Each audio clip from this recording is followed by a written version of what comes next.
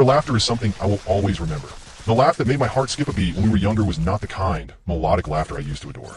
Now, as she entered the front door following her business trip, this was different, sharp and reckless. "Hello, sweetie." Sarah spoke in a light, airy voice, as though she had been somewhere else than God knows, like a conference. Her laughter still reverberated as she kicked off her heels and threw her purse onto the chair near the door, but then she noticed it, the framed picture. Her laughter ceased on the dining room table, as if someone had pressed a switch. Her smile wavered, and her face lost its color. She stood there for a moment. I was frozen, staring at the picture of her and me on our wedding day. Her in that beautiful lace dress, me in my clean navy suit, and we both looked like we had won the lottery. However, I had added a small element to the picture. The words I know were written in bold red letters across the glass. Her eyes were wide with dread as she turned to face me. "What is this, jackass?" He leaned with his arms folded against the kitchen counter. "Sarah, why don't you tell me?" She opened her mouth, but nothing came out.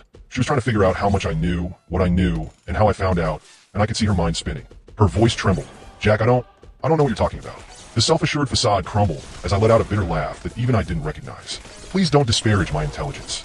For months, you have been deceiving me with your business travels, late office hours, and unexpected enthusiasm for coming to the gym."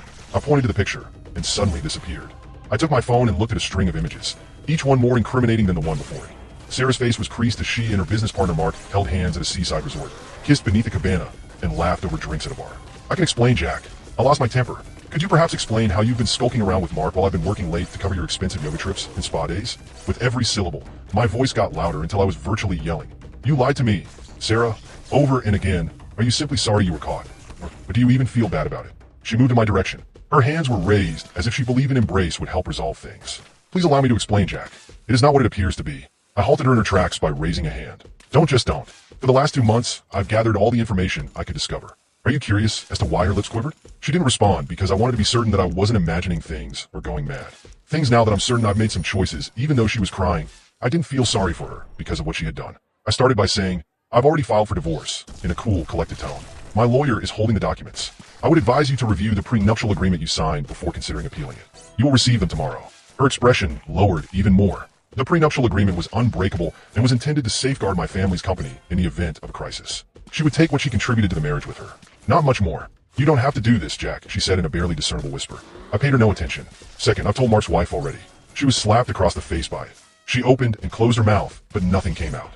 I smiled bitterly and added, "Oh, don't worry." She was really sympathetic. She even shared some of her own pictures with me. "Did you honestly believe that everyone else was sneaking around?" She started crying, but I continued. "Oh no." Finally, I pulled a folder out of the drawer and stated, "I've put all of this together." I threw the folder with all of the text, images, and receipts to NIS onto the table. "This will go directly to your company's human resources department if you attempt to argue with me over this divorce. Let's see how well they handle 2 of their top managers having an affair